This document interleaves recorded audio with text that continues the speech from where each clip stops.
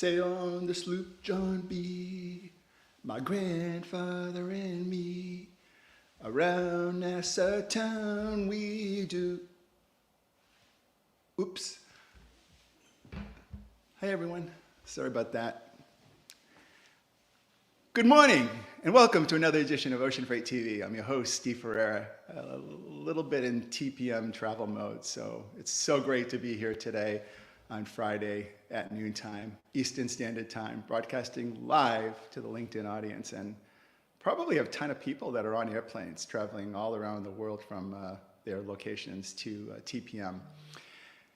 It's full gateway mode for TPM today, and I am ecstatic. You know, I've been playing with ships and trains and cranes and automobiles, hopping on a plane tonight, getting on a ship tomorrow, secret project that we'll be releasing on Monday at TPM. It's a full life, isn't it? It really is. And it's amazing to be able to breathe and say it's Friday and also have another luminary in the supply chain, transportation, logistics world that's going to be able to join me in a few seconds here. I just can't wait to, it's so fitting to have my special guest also on her way to TPM. There'll be thousands of us there. It'll just be electric, and we'll feel a sense of pulsations in the audiences and the networks in the hallways. And it's kind of like the neural networks, right, in our brain. You know, some of the best conversations that will be taking place at TPM will be the organic ones in the hallway. You know, not necessarily the ones that we've pre-configured in our calendars and our special TPM apps. And by the way, hats off to Peter Tershwell and the entire JOC S&P Global Marketing Intelligence team for putting on what's sure to be a kick-ass show. Incredible speakers, TPM University, training, the networking. Bigger than ever? Probably, most definitely. And yours truly will be there in the Ocean Freight TV command truck. I'll be located on the promenade next to where the ocean containers are. I think we're going to be somewhere near the Maersk and one magenta containers. You'll find me down there. I have a beautiful big blue trailer. My name is plastered on it with my big headshot of me, Ocean Freight TV. So I'll be having my private meetings and private sessions with clients inside my mobile command post. And for those that dare, live on-air interviews, taped interviews. We'll be doing a whole bunch of different things at TPM to make it a memorable environment and to bring a little color into it. And I think this year's TPM is just, as I said, going to be an extraordinary event based on so many different factors. One incredible one is just the new sense of diversity and brain power, acumen that's coming in from all over the world, from all different shapes, sizes, people, places, color, gender. It's all good. Our supply chain is so evolving, and I think that's one of the reasons why I love it, and it's probably why my incredible guest today on today's show, who is Nicole Glenn of Candor Portfolio, has joined me. She is one of the more diverse people and most incredible, well-rounded people in the industry I know. Nicole, welcome to Ocean Freight TV Live. Thank you for having me here. I'm excited. Oh my gosh, this is an honor. This is like, it's going to come across a little bit egotistical here, but we've got the two of the giants in the videography and content management on the LinkedIn supply chain transportation side. Nicole, you've got that corner office going for you there. You've done a wonderful job with that. Congratulations. Thank you very much. It's been a lot of fun. I tell you, we had a little chance to talk off topic about this, you and I, and I made the comment that, one of the things we're going to find, and I think you'll find extraordinary, Nicole, I know it's your first time at TPM, and I'm anxious to get your impressions about why you're going, what your expectations are. I'll get to that in a second, but one of the things I found in my 10 previous sessions of going is, especially in the last couple of years, where I've really become where I've been really accelerating my content is you'll have 20, 30, 40 people come up and say, hey, love your content, following you a lot. And you kind of look at their name tag and then you think, well, gee, we haven't really met. They haven't really interfaced with the content, right? They're consuming it, they love it, and they'll come up to you and they'll say, hey, we love you, we love your content. But they're learning from it, and I'm sure you experienced that before. I have. I mean, this last conference I went to at Manifest, I had a lady come up to me and tell me she started her business from the content that I put out. Wow, wow. That was incredible to hear that. It gives me goosebumps when you say that because it's very similar to the experiences that I've seen. I remember last year, it's really interesting, a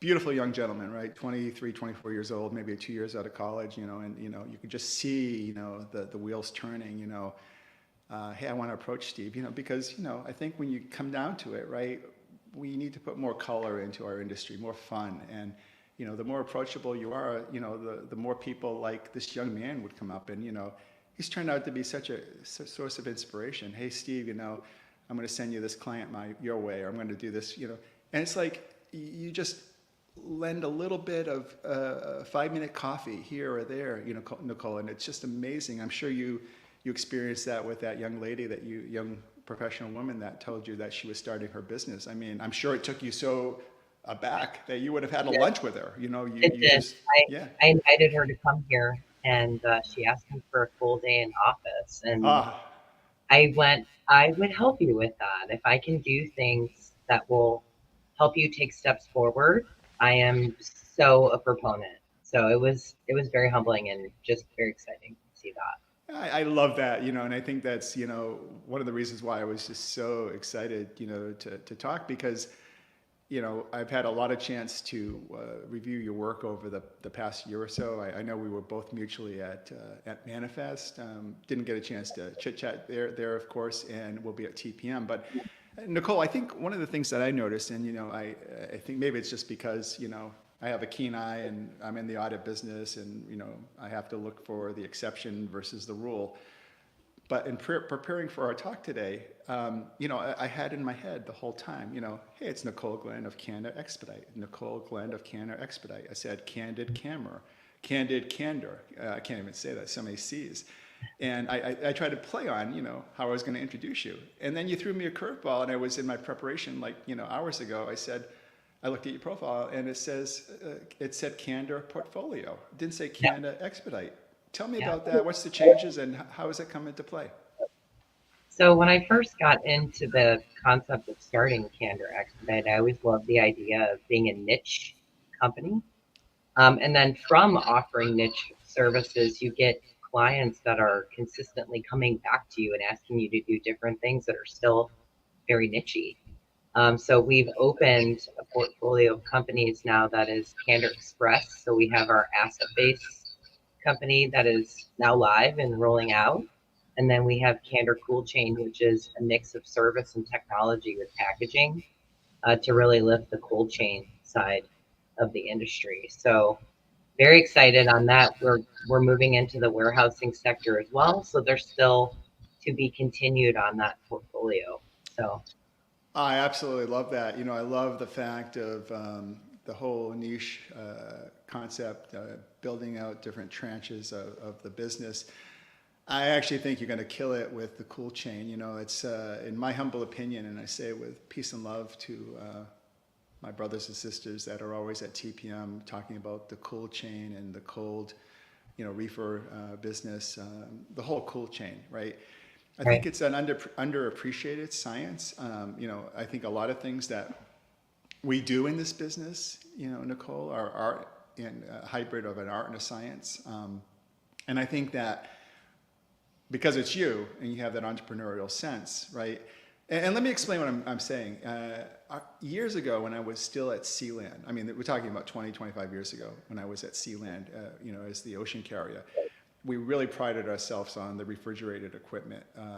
I even remember as a young boy, 7, 8, 9 years old, being in Plymouth, Massachusetts. And I remember my dad and my mom would take me to near where Plymouth Rock is, and the fishermen would bring in the fresh fish And I remember that I could see a Sealand container, a refrigerated container, strange, as clear as my memory is. And they would just throw this fish and ice into the refrigerated container, and I guess send it off to Japan or France or wherever.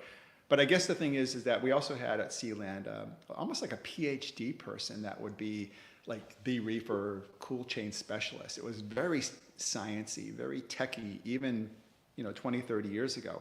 So I think when you have a chance as an entrepreneur to kind of take that science and an art and then blend it into the marketing and selling and problem solving opportunities, right? That you excel at. It has to be a great niche operating unit within Canada. So how long has it been working, and kind of what's your target in that cold chain? Well, it's something that I've been working on for many years and finally have brought in from Europe into the United States. And so with that is a packaging solution that is unlike anything else that's in the market. So there's no dry ice. There's different size boxes to pallets that hold temperature from 4 days to 9 days for transit, fresh, frozen. So now you have the capability of really helping shippers on the smaller quantities instead of really hitting that sustainability button where they're using tractor trailer for a pallet or a couple of boxes. But the exciting side of that is now we can actually give shippers flexibility with their fresh, frozen, and dry temp solutions now, and smaller tailored equipment that fits shipments. So, That's an amazing segue or opportunity that you have in front of you, and especially on the and I think about in my world, in the ocean world, the LTL chilled cargo and the refrigerated cargo. We see so much of it coming from, for example, I remember when I was helping Lori and Loracco from CNBC with her book. We were talking about the Italian meats and delicacies that are coming from Italy, into Port of New York. There are a myriad of companies, right, that import these materials and these food materials, and then they need to go from wherever their central warehouses are to customers or distributors all over the country. It sounds to me like that would almost be a great target niche for you. Am I correct?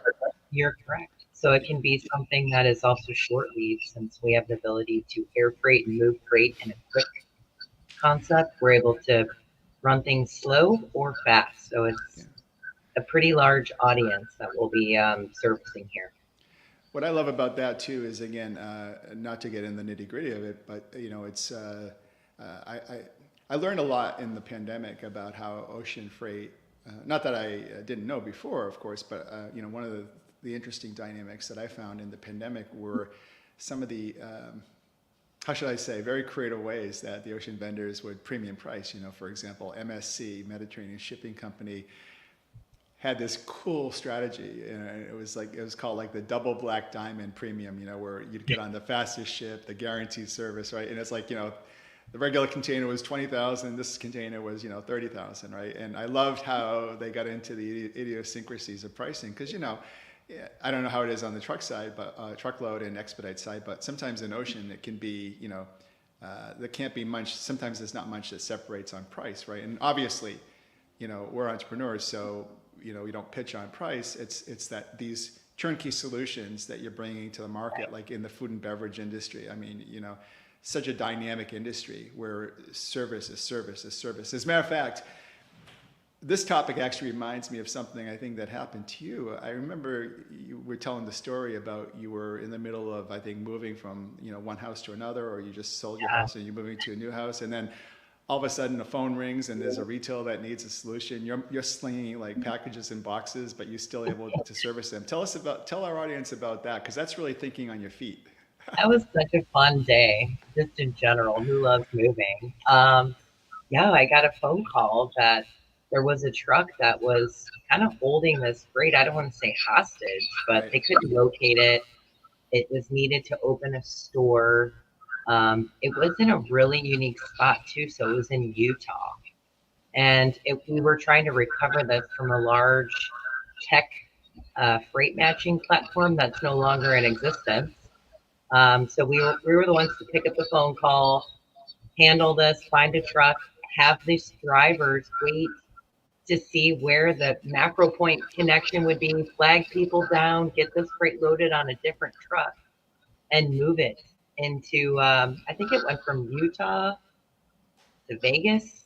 So it was just one of those, we did all that we could as a team. I just happened to take the phone call and moving freight while I have these movers around. And it just shows what you can do for relationships to get things to happen and go the extra mile for your customers. And I think that's where companies soar, the ones who take those urgent situations and handle them gracefully.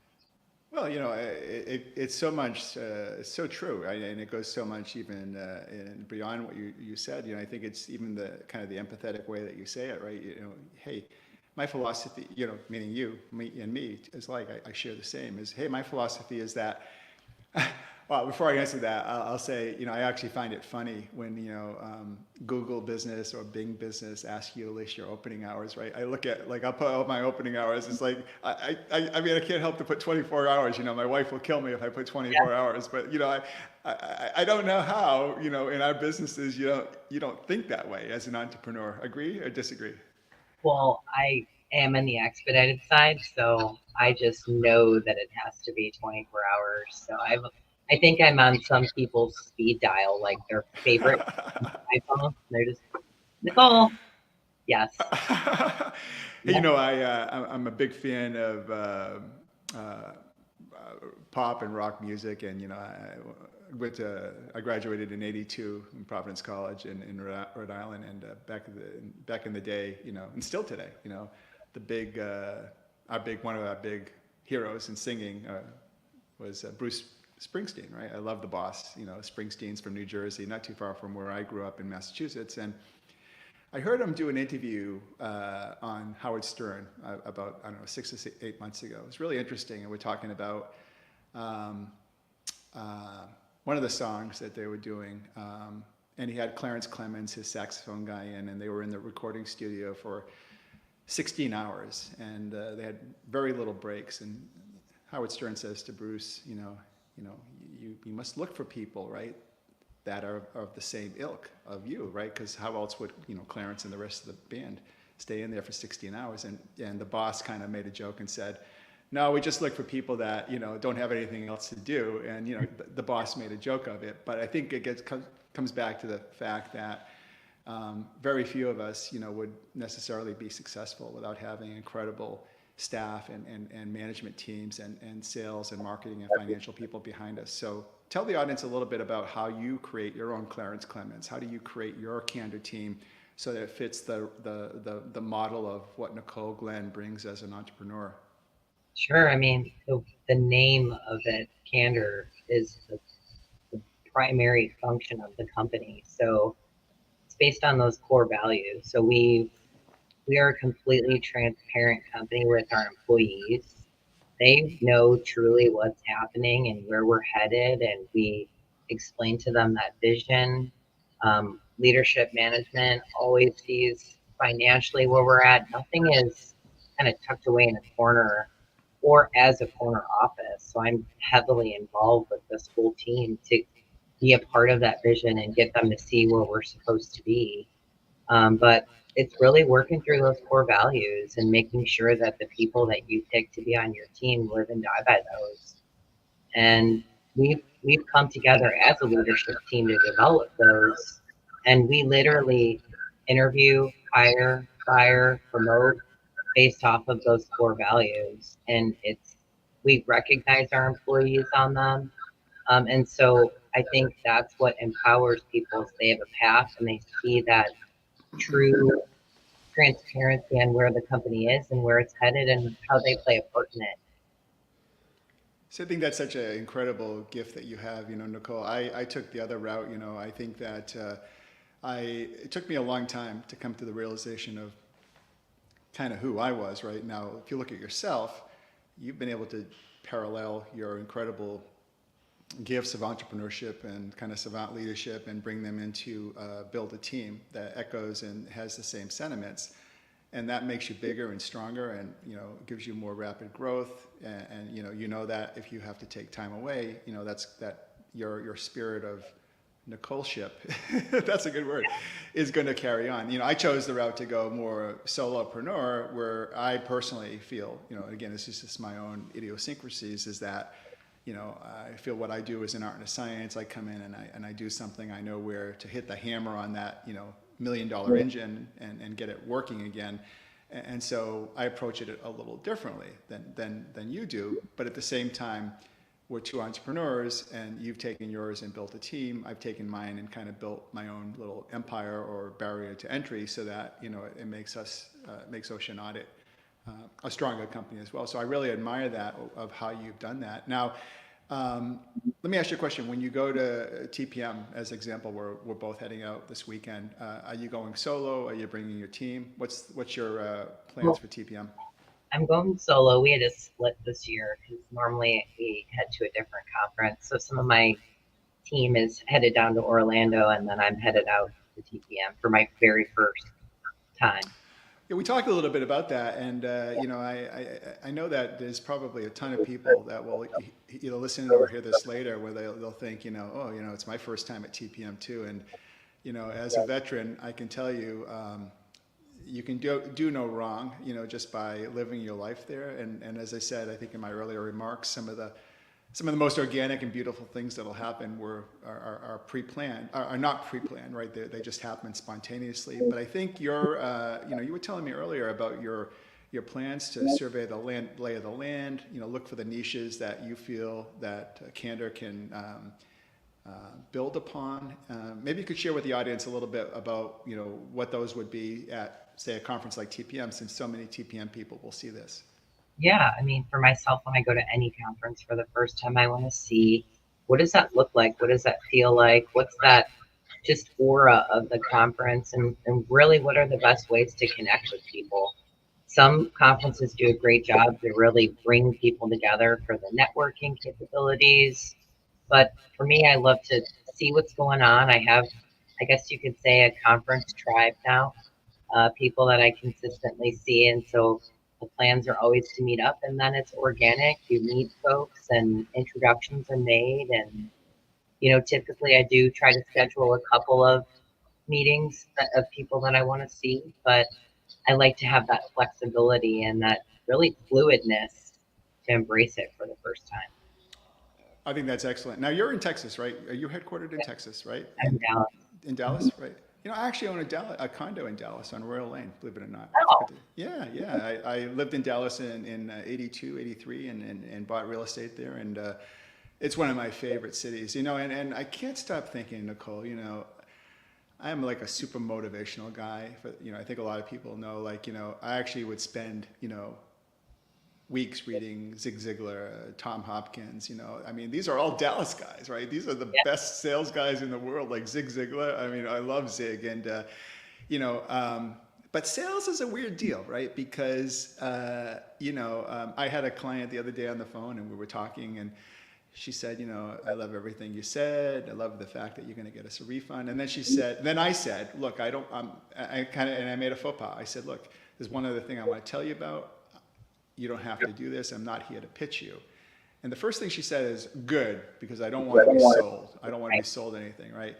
And so I think that, Nicole, help me with this from your perspective, but obviously great leaders and great entrepreneurs that package and promote products and not necessarily selling. They're telling a story and they're solving a problem. I mean, tell me how you incorporate that in your day-to-day contact with your clientele. well, the whole concept for me is I feel that a salesperson should be living and breathing the operational space for a while. And so that's how we've gone with our sales folks, to get that insight on really what are those behind the scenes issues, to pull back the curtain and really understand what happens within a supply chain. Great. And so that consultative approach of being able to stop and listen, you let the potential customer or the current customer give you all the insight. You don't talk a lot in those. You let them talk. And then, for us, it's having that consultative approach and solving that issue, or even digging to where they don't even realize it's an issue, and then shining some light on something that can bring them benefit. It's not really, the word kind of sucks, sales. I mean, it's not even really selling. I mean, I don't ever think, the last 20 years, I can't remember when I even have really used that word, other than the fact that the masters of like Zig and Hopkins, they just, how do you overcome an objection? And some of the old school ways, are very interesting to me, to kind of percolate through my brain. But the word that developed to me, and maybe to you too, I'm interested to get your take on this as we kind of close out. By the way, we're visiting with incredible entrepreneur, Nicole Glenn, CEO and founder of Candor Expedite, Candor Portfolio in Dallas, Texas. The word I learned was a few years ago. I had some marketing, top-notch marketing person, a really great woman that came in and helped me to kind of create, for lack of a better word, buyer personas, right? So we have, for example, we have somebody in finance, right, that might be interested in refunds. We have somebody in, say, procurement that might be interested in including refunding and audit or error rates in their RFQs. We found somebody in logistics that might be interested in scorecarding or dialoguing with the vendor on the amount of errors that they make, right? So all of a sudden, we went from like my friend, right, the logistics manager or transportation manager, and it exploded. My head just exploded, right? Because now all of a sudden, right, I remember one of my big clients, the entry level was in the vice president of internal audit. One of my other clients was, I'll be seeing at TPM, the SVP of procurement, right, that worked in the process. So I guess it kind of goes hand in hand, hand in glove with the way that you've built your sales team's philosophy. What are the key types of personas that you work with? I've given you a few of mine. Maybe how does it parallel with what you're doing at Candor? That's exactly what we're doing at Candor. You have the folks that are like boots on the ground. They're the ones that are dealing with the routing and the day-to-day Right, things. right, So right, we right, right. have that type of persona. We have a COO, someone that's trying to make massive change with the operational side of their company. We have SVPs of procurement. I mean, every level we have, and we have a different process on really what those key problems are and what each one of those roles has the responsibility to change, fix, or entice in their organization, and how do we do that amongst that type of role. Yeah, and I think you're really getting to some really interesting dynamics, and I certainly would like to have you back on to discuss it more, because I think we're getting into now the aspect of sometimes walking a bit of a tightrope, right? So, for example, I recall one beautiful gentleman, right? Great guy, love this guy to death, and his title was director of transportation, right? So, great guy, and the company loved him so much that he was the guy, director of transportation, or maybe it was even transportation manager, but they trusted the gentleman to make $1 million budget decisions, right? As opposed to like, nope, you don't need to talk to procurement. Nope, you don't need to talk to Right. the VP of logistics. This is the guy. Mhm. And I love that, but at the same time, it's just so vital, right? You can't overlook just the beauty, right, that everyone in that persona brings to the picture, and how you read into that, the tea leaves, the intuitive nature, right? That's only something that you as kind of a thought leader, entrepreneur can distill that and then bring that down to your organization, and they in turn bring it down to the levels which eventually lands the client the potential client as a Candor client. Yeah, How's that it's sound? a domino. It's a domino effect, and it takes all of us. And you can establish relationships at any level, but you got to make sure you're bringing value at each one of those levels, You're and that's really. what magic is. Yes. Oh, sorry, I didn't mean to interrupt you, Nicole. That's such a dynamic thought. I was just going to use a Hillary Clinton analogy that it takes a village, and I think that as you and I mutually head into this incredible brightness of TPM, you've brought so many new and interesting concepts and thoughts, I think, to the audience, And I wanted to make today, go beyond. I mean, you're such a great presence on the video. I love your interview with Sarah Barnes-Humphrey, who I adore. I can't wait to see Sarah. You've done so much on LinkedIn, your content. I wanted to bring a different sort of color to just how dynamic Candor is, and you as an entrepreneur are, Nicole. And I can't wait to see you at TPM. I hope you'll come out to the promenade and see me in my truck. Yeah. And I hope some of the listeners will come. I'm actually going to be on a panel on Wednesday, the 6th at 11:10. So it's the TPM Cold Chain Tech Innovation and the Pursuit of Efficiency. Oh, great. Well, that's going to just be a perfect scenario to launch that Candor Cold Chain. And before we let you go, tell the audience, how can clients, potential people of interest contact you directly? Is there a site, an email, contact that you can give them? Yeah, of course. You can always find me on LinkedIn. I live on that site, but you can also send me an email at nglenn@candorexp.com. And our website's always there to just reach out to. It's candorexp.com. Oh, that's great, Nicole. And, I want to have a special shout out to my audience and wish everyone that is traveling to TPM to be safe and healthy. LA is a tough place, a lot of 6-hour and 5-hour flights. So take care, stay hydrated, and we'll see you at TPM. And Nicole, I just wanted to thank you again for being such a great guest. Thrilled to have you. And I hope you'll come back and see me, and I'll be sure to catch your presentation during the TPM show. So have a safe travel out there, Nicole. Thank you. You too. Okay, so listen, guys. Thank you again. This has been another edition of Ocean Freight TV. I'm your host, Steve Herrera. You've been listening to my special interview with Nicole Glenn, CEO of Candor Portfolio, also known as Candor Expedite. Nicole's launching some great new platforms. And you can find Nicole at TPM this year. Don't hesitate to look her up and catch her Cool Chain discussion on March, is it 6th, Nicole? Yes. March 6th at 11 p.m., 11 a.m.? Yep. There you go. Yeah. Love you guys. We'll see you on the flip side. See you in LA. Come out and see me in the truck. Come into the TPM Oceanic cockpit, and we'll have some San Pellegrino for you. Thanks. Have a good weekend. Cheers.